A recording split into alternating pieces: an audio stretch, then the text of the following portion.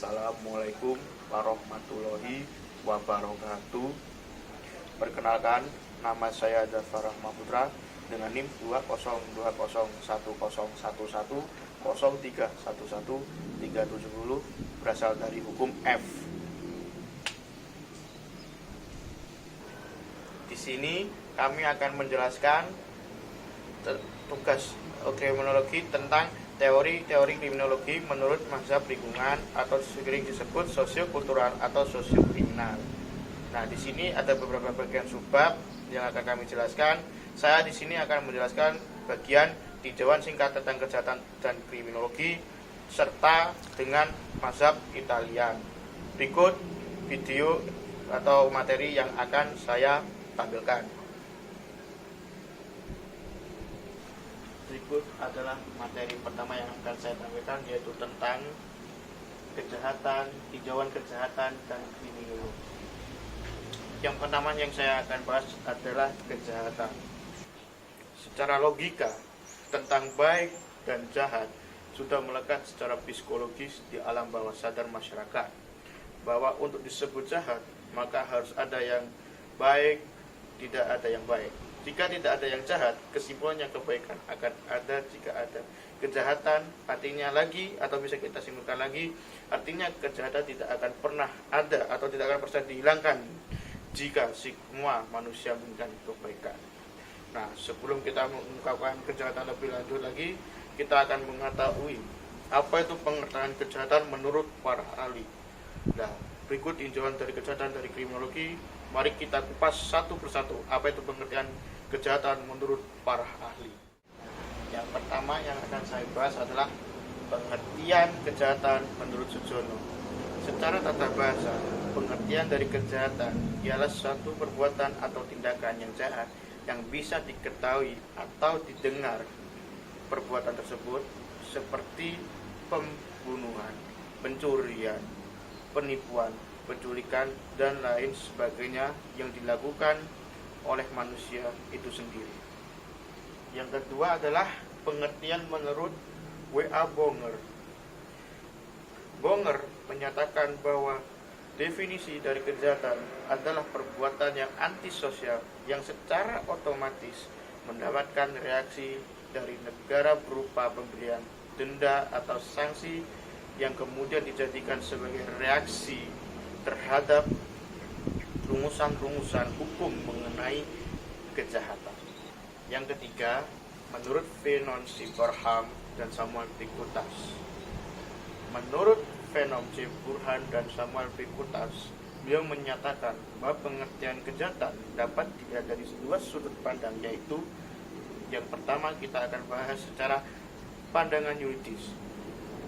Secara pandangan yuridis, definisi dari kejahatan adalah suatu tindakan atau perbuatan yang dilarang dan dapat dijatuhi hukuman atas perbuatan atau tindakan tersebut oleh undang-undang jika melanggar dari undang-undang itu sendiri.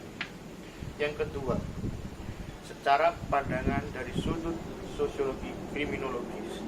Secara pandangan dari sudut sosiologi kriminologis, pengertian dari kejahatan adalah suatu perbuatan yang menunjukkan gejala-gejala tentang sesuatu yang mendalam, yaitu ketidakmampuan seseorang untuk menemukan atau mendapatkan situasi-situasi tertentu yang dapat diterima dengan baik oleh masyarakat. Berikut video contoh kejahatan yang sering terjadi di lingkungan kita.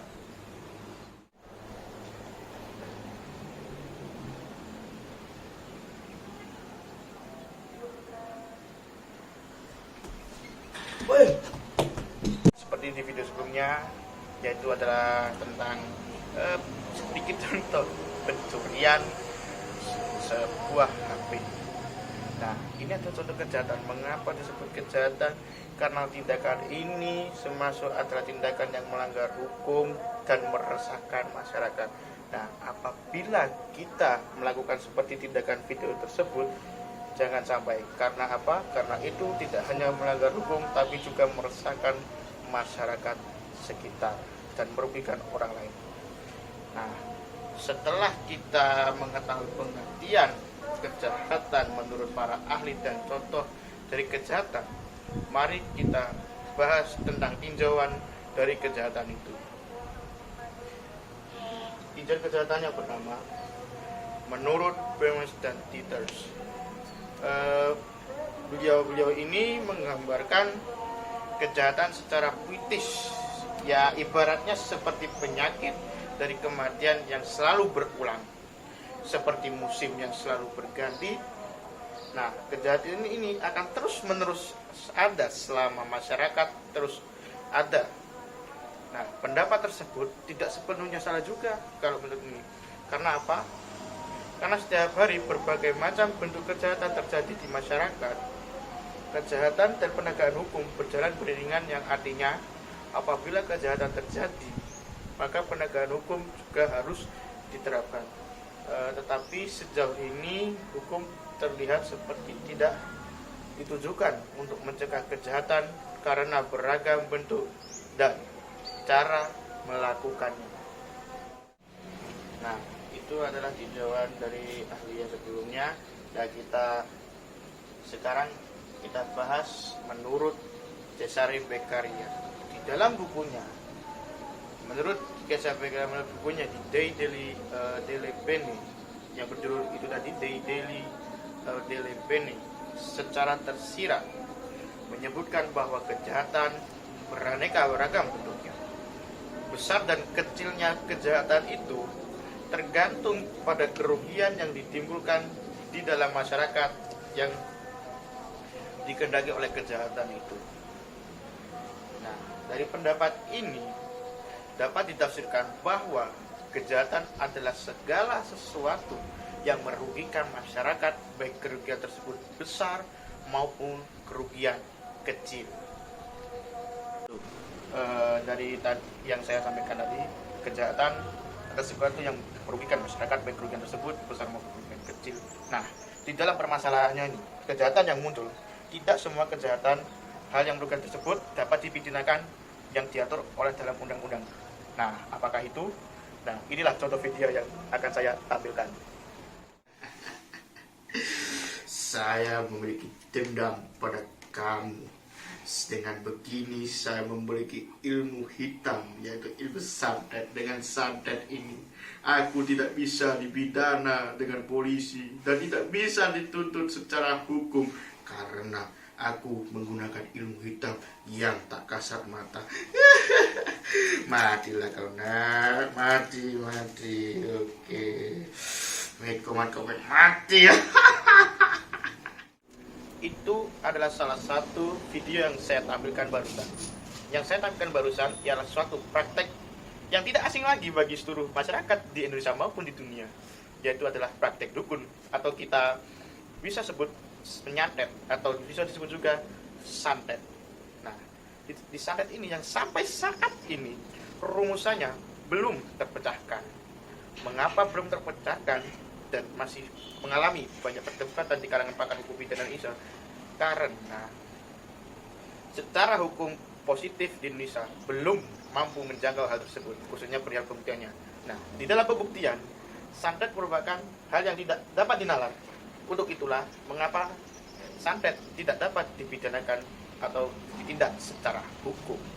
Masyarakat manapun di Indonesia maupun di dunia pasti mengenal ini. Tapi setelah melakukan suatu tindakan santet ini, jika tidak ada pembuktiannya atau memang tidak ada pembuktiannya, tetapi ini tidak bisa dipidanakan karena tidak dapat ada pembuktian yang cukup kuat.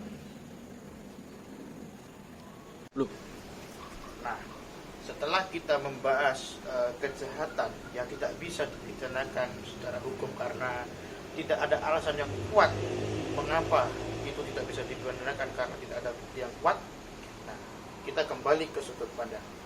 Selain dari sudut pandang yang disebutkan oleh Vermont C. Barham dan Samuel B. Curtis tadi, kejahatan juga dapat dilihat dari beberapa sudut pandang lain. Seperti contohnya, jika dilihat dari sudut sosiologis, maka kejahatan adalah salah satu masalah yang paling gawat dari disorganisasi sosial. Mengapa demikian? Karena penjahat bergerak dalam aktivitas-aktivitas yang membahayakan bagi dasar-dasar pemerintahan, hukum undang-undang, ketertiban, dan kesejahteraan sosial. Nah, yang kedua adalah dari sudut psikologis, sudut pandang psikologis. Nah, kejahatan memang adalah perbuatan yang dilakukan oleh seorang penjahat yang diperbuat dari orang-orang yang sama dengan kita. Nah, kejahatan dari sudut pandang psikologis ini adalah menyontohkan bahwa sudut dari kejahatan dari sudut pandang masyarakat itu sendiri, dari sudut pandang psikologi, adalah suatu perilaku yang menyimpang. Intinya adalah dari sudut psikologis adalah menyebut kejahatan itu adalah perilaku yang sudah menyimpang dari norma atau aturan hukum yang berlaku di masyarakat. Nah, dari sudut sosiologis kita sudah bahas. Nah, yang ketiga, sedangkan dari sudut yang ketiga ini ada sudut pandang legal sosial, yaitu menyebutkan kejahatan adalah perbuatan atau kegagalan untuk melakukan suatu perbuatan yang dilarang atau diharuskan oleh undang-undang. Akan tetapi ini ditentang oleh seorang ahli bernama Mabel Elliott. Dia berkata, ini tidak memandang permasalahan kejahatan, akan tetapi kejahatan dipandang sebagai objek utama kriminologi dalam perspektif kejahatan formal atau kejahatan yang dilarang oleh undang-undang yang berupa perilaku menyimpang dalam masyarakat. Itulah yang dikatakan oleh Mabel Elliott, seorang pakar ahli yang menentang sudut pandang legal sosial. Nah, yang berikutnya, tinjauan kejahatan menurut Bohm dan Halley. Ini adalah seorang pakar juga. Nah, menurut dia, lebih sederhananya dalam menerjemahkan perihal kejahatan, kejahatan dapat ditinjau dari dua macam pengertian, yaitu pengertian sosial dan pengertian hukum. Nah, atau lebih sederhananya lagi dapat dikatakan sebagai perilaku antisosial. Sedangkan dalam pengertian hukum, kejahatan dapat diartikan sebagai pelanggaran yang ditujukan kepada aturan hukum atau hukum pidana yang berlaku. Nah, ini dilakukan tanpa hak atau izin dan dijatuhi hukuman oleh negara. Nah, dari pendapat ini yang kemudian dijadikan landasan untuk membedakan antara kejahatan dan tindak pidana. Nah, setelah kita mengetahui tinjauan-tinjauan kejahatan menurut pakar-pakar atau ahli-ahli yang sebelumnya saya sebutkan, mempelajari tentang kejahatan juga ada hubungannya dengan kriminologi. Nah, di dalam mempelajari ini pasti ada yang membedakan kriminologi dengan kejahatan dan tindak pidana. Sebab apa? Ya sebab ruang lingkupnya dan objek kriminologi adalah kejahatan, bukan tindak pidana, sehingga perlu dibedakan antara kejahatan dan tindak pidana. Nah, dalam kriterianya pun pembedanya yang paling tepat untuk membedakan di antara keduanya adalah sebagaimana dari pendapat Bohm dan Halley tadi, yaitu yang disebutkan tadi. Kriteria ini fungsinya yaitu untuk menentukan perbuatan tersebut merupakan kejahatan atau tidak, serta menemukan titik temu. Karena satu perbuatan di satu masyarakat terkadang dimaknai lain dalam masyarakat lainnya. Nah, dari yang membedakan antara kejahatan dan kriminologi dan tindak pidana, sebenarnya ini sudah ada di pendapat seorang ahli juga, yaitu pendapat ini sudah disampaikan oleh Edwin Sutherland dan Donald Pesci. Nah, para ahli ini memberikan beberapa kriteria perbuatan yang dikategorikan sebagai kejahatan. Akan tetapi ya ada persamaan, tapi di sini perbedaannya sedikit saja, yaitu pendapat tersebut tidak membedakan antara kejahatan dan tindak pidana, yang melalui pendapat ini kurang relevan dan tidak sesuai zaman untuk mendefinisikan kriteria kejahatan menurut masyarakat.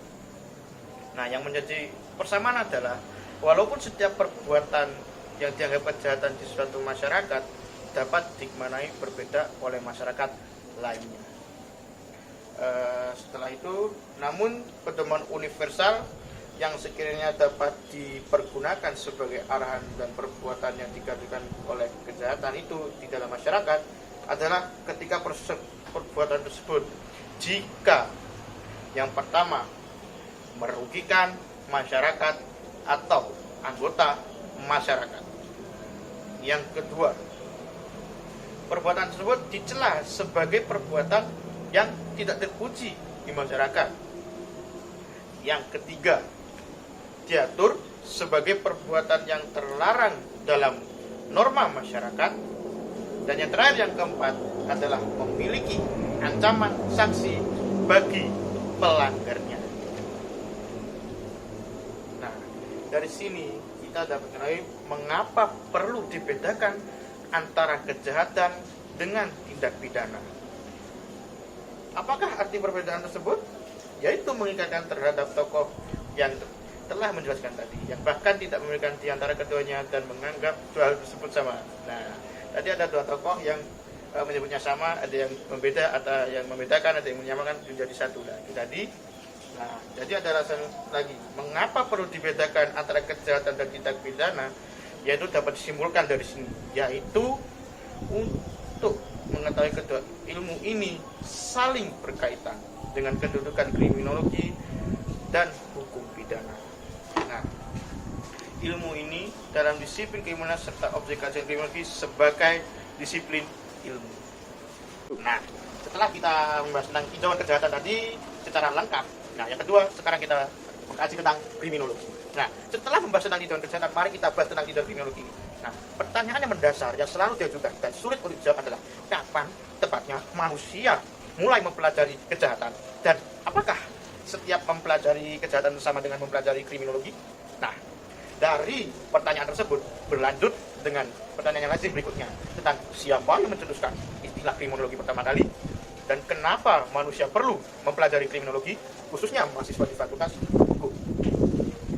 Sebenarnya manusia sudah mengenal kejahatan sejak generasi pertama manusia diturunkan ke bumi, yaitu di dalam kitab suci umat beragama. Di dalam kitab suci umat-umat beragama lainnya disebutkan bahwa kejahatan pertama kali dilakukan oleh anak-anak Nabi Adam ketika dijodohkan tidak sesuai dengan kehendak masing-masing pihak. Nah, ini salah satunya di agama Islam yang saya sebutkan. Walaupun pada saat itu belum ada masyarakat, karena hanya ada Nabi Adam beserta keluarganya yang lengkap itu saja, namun pembunuhan dilarang oleh agama. Dan karena agama merupakan tuntutan perilaku manusia, maka hukum agama adalah hukum yang diikuti oleh manusia saat itu. Sehingga melanggar perintah dan larangan hukum agama sama dengan melanggar hukum yang ada di dunia. Dan hal tersebut bisa dikatakan merupakan suatu tindakan kejahatan. Nah, jika manusia sudah mengenal kejahatan sejak generasi pertama manusia, maka apakah sejak awal tersebut manusia sudah mempelajari kejahatan? Kita kembali setelah zaman Nabi Adam, yaitu kita contohkan jika pada era Yunani kuno sudah dipelajari tentang kejahatan. Apa sumbangsinya bagi pengetahuan apabila dibandingkan dengan ilmu atau pengetahuan yang lain, seperti misalnya astronomi, politik, dan lain sebagainya.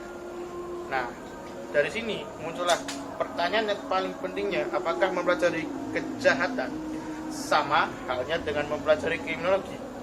Nah, dari sini saya bisa menjawab, setelah literatur saya baca, saya berani menjawab, yaitu jawaban dari pertanyaan-pertanyaan tersebut yaitu adalah tidak. Sekali lagi saya ulangi, jawaban dari pertanyaan tersebut adalah tidak.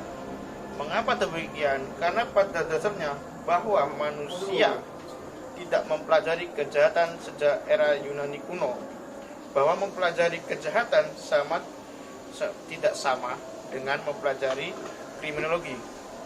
Pada era Yunani kuno, manusia menganggap kejahatan adalah hal yang lumrah, sehingga tidak menarik untuk diteliti dan dipelajari oleh masyarakat. Nah, di sini masyarakat lebih tertarik untuk mempelajari ilmu-ilmu alam, ilmu pasti, filsafat, dan ilmu politik. Karena kejahatan yang sebelumnya, kejahatan belum dipelajari manusia seutuhnya. Dan terlebih kriminologi adalah sebagai cabang disiplin ilmu. Setelah membahas tentang disiplin ilmu kriminologi, mari kita bahas tentang dalam perkembangannya. Dalam perkembangannya, kejahatan dapat dikatakan sebagai hasil dari suatu proses tersebut atau suatu proses rekayasa masyarakat, baik di bidang sosial, budaya, ekonomi, politik, dan lain sebagainya. Dalam perkembangannya, kriminologi bukan lagi sebagai ilmu untuk kepentingan diri sendiri atau pribadi, tetapi sudah berubah menjadi ilmu kesejahteraan. Menurut Romli Atmasasmita, beliau berpendapat, nah, jikalau kriminologi harus merupakan suatu kontrol sosial terhadap kebijakan dalam pelaksanaan hukum pidana. Bisa dikatakan dengan kata lain, kriminologi harus memiliki peran antisipatif dan reaktif terhadap semua kebijakan di lapangan hukum pidana, sehingga dengan demikian dapat dicegah kemungkinan timbulnya akibat yang merugikan baik bagi pelaku, korban, maupun masyarakat secara keseluruhan. Nah, setelah kita tadi membahas tentang tinjauan singkat tentang kriminologi dan kejahatan serta hubungannya apa, mari kita ke bab selanjutnya, yaitu tinjauan singkat mengenai mazhab positif Italian dan mazhab lingkungan dalam memandang persoalan kejahatan. Oke, saya akan membahas yang pertama, yaitu mazhab positif Italian. Mazhab positif Italian yaitu mazhab yang muncul di Italia sekitar pada abad ke-19. Mazhab ini bertitik tolak pada paham determinisme tentang manusia. Paham ini menggantikan doktrin kebebasan berkehendak, atau sering kita sebut dalam bahasa Inggris the doctrine of free will. Bagi aliran positif, manusia dipandang tidak mempunyai kebebasan berkehendak, akan tetapi dipengaruhi oleh kondisi internal dan eksternal manusia itu sendiri, atau secara pribadi manusia itu. Di dalam aliran positif ada 3 segmen teori dalam aliran positif. Oke, kita bahas yang pertama. Segmen yang pertama adalah segmen yang bersifat biologis, yaitu seperti yang dikemukakan Lombroso, yang seperti kita bahas sebelumnya, yaitu mengenai ciri fisik penjahat tersebut. Segmen yang kedua yaitu segmen yang bersifat psikologis, antara lain tentang psychological factor, antara lain neurotisme, psikotis atau psikotokratik, yang nantinya ini menyebabkan seseorang cenderung melakukan kejahatan. Segmen yang ketiga yaitu segmen sosial positivisme. Pada pemikiran seorang ahli, Adolphe Gottlieb Rawson, Henry Mayhew, dan Durkheim, seorang ahli ini mengatakan mengenai social factor, antara lain poverty, membership of structure, low level of education, crowded cities, distribution of wealth, yang merupakan sebagai faktor pendorong terjadinya kejahatan. Nah, dari sini mengenai penghukuman, aliran ini menganjurkan agar pelaku tidak perlu dihukum, sebab pelaku pada aliran ini sosial positivisme ini menganggap ini hanyalah dianggap korban yang keadaannya berada di luar kontrolnya sebagai individu. Setelah demikian, dari ajaran-ajaran seorang ahli kriminologi, seorang kriminologi pasti ibaratnya ada di ajaran Lombroso. Di ajaran Lombroso ada inti dari ajarannya, yaitu yang pertama, dia berpendapat kalau penjahat adalah orang yang memiliki bakat jahat, yang artinya orang jahat adalah orang yang memang sudah ada bakat atau talenta jahat orang itu. Dari memang orang itu akan dianggap orang yang akan menjadi pelaku dari suatu tindakan kriminal. Jadi orang ini sudah berbakat jahat sejak dulu lahirnya. Oke. Yang kedua, bakat jahat tersebut dibuat dari kelahiran atau teori born criminal. Jadi kejahatan ini sejak dulu lahir dari asuhan orang tuanya. Yang ketiga, bakat jahat dapat dilihat dari ciri-ciri biologis atau activistic stigmata. Lombroso mengungkapkan bahwa orang yang melakukan kejahatan memiliki ciri fisik sebagai berikut, yaitu dia berpendapat kalau fisik orang yang melakukan kejahatan, orang yang suka melakukan tindakan kriminal, cirinya dia memiliki dahi yang sempit dan agak sedikit melengkung ke belakang, rahang yang besar, dan mempunyai gigi taring yang tajam, badannya tegap, tangannya lebih panjang, bibir tebal, hidung tidak mancung atau kita sebut pesek, dan lain sebagainya. Dari sedemikian ciri-ciri yang saya sebutkan tadi dari Lombroso, dari ajarannya. Nah, dari penelitiannya ini, seorang Lombroso Cesare Lombroso mendapatkan julukan sebagai the father of modern criminology, atau jika di bahasa Indonesia kan, yang berarti bapak kriminologi modern. Nah, itulah alasan mengapa Lombroso dijadikan sebagai panutan kriminologi modern. Nah, setelah itu kita membahas tentang era Lombroso itu. Di era Lombroso juga menandai pendekatan baru dalam menjelaskan suatu kejahatan, yaitu ada mazhab klasik yang menuju mazhab positif. Nah, dari sini ada perbedaan paling signifikan antara mazhab klasik dan mazhab positivis. Nah, perbedaan yang paling signifikan di sini adalah bahwa yang terakhir tadi mencari fakta-fakta empiris untuk mengkonfirmasi gagasan bahwa kejahatan itu ditentukan oleh berbagai faktor. Faktor itu salah satunya yaitu teori born criminal yang saya sebutkan di nomor 2 tadi sebelumnya, yaitu teori born criminal yang saya sebutkan tadi. Teori ini diciptakan oleh Lombroso, bukan sekedar diciptakan, tapi ini bukan dari pemikirannya sendiri, tapi gabungan dari ide yang dicetuskan oleh teori yang diciptakan oleh Darwin, tentang evolusi manusia. Jadi digabungkan dari pemikiran Darwin dan pemikiran Lombroso. Nah, di sini setelah itu Lombroso membantah tentang sifat free will atau kebebasan kehendak yang dimiliki oleh manusia. Doktrin aktivisme dan ada lagi sebagai pendapatnya yaitu doktrin aktivisme. Menurutnya membuktikan adanya sifat hewani yang diturunkan oleh nenek moyang manusia adalah gen, dan gen ini dapat muncul sewaktu-waktu dari keturunan manusia itu sendiri yang nantinya akan memunculkan sifat jahat pada manusia modern.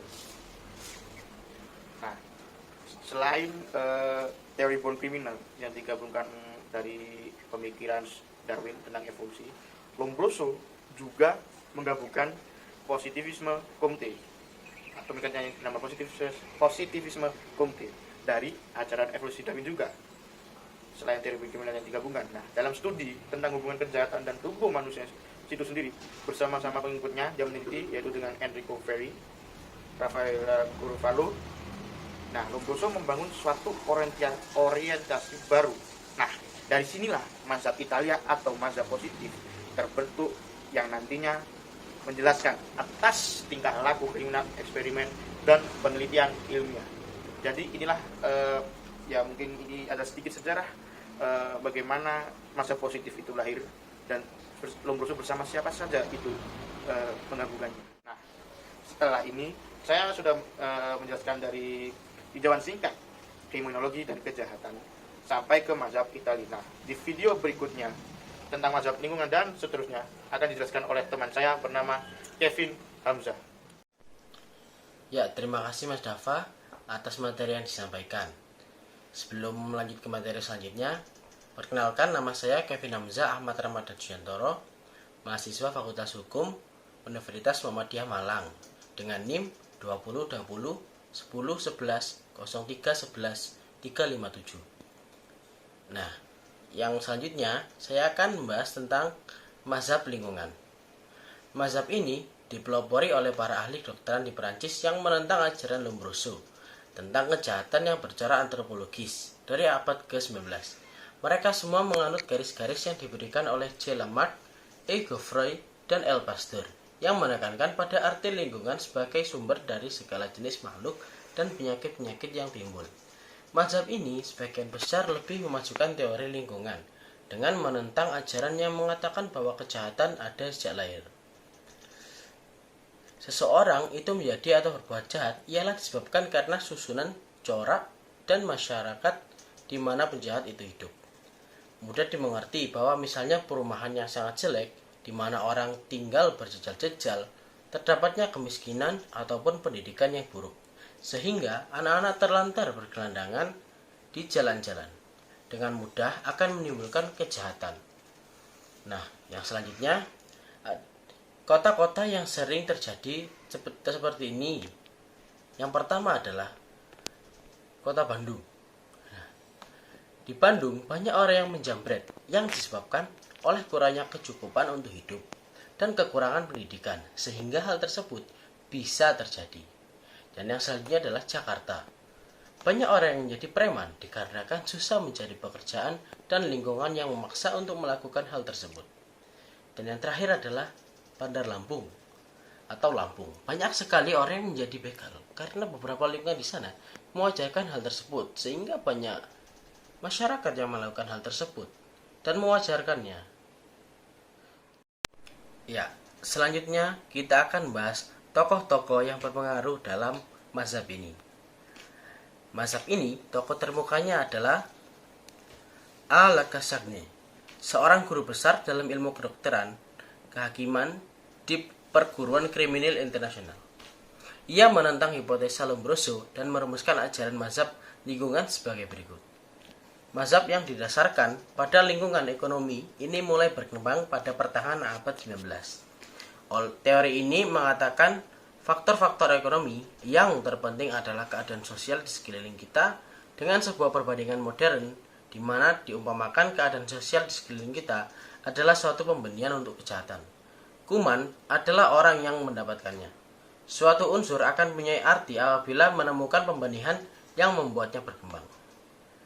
Yang selanjutnya adalah Guattari. Menurut pendapatnya, kejahatan bukan suatu gejala yang antropologis, tetapi sosiologis, yang seperti kejahatan-kejahatan masyarakat lainnya dikuasai oleh peniruan. Dalam masyarakat, dipandang dari sudut dinamis adalah primair dan dipandang dari sudut statis merupakan dasarnya. Yang selanjutnya adalah F. Turati.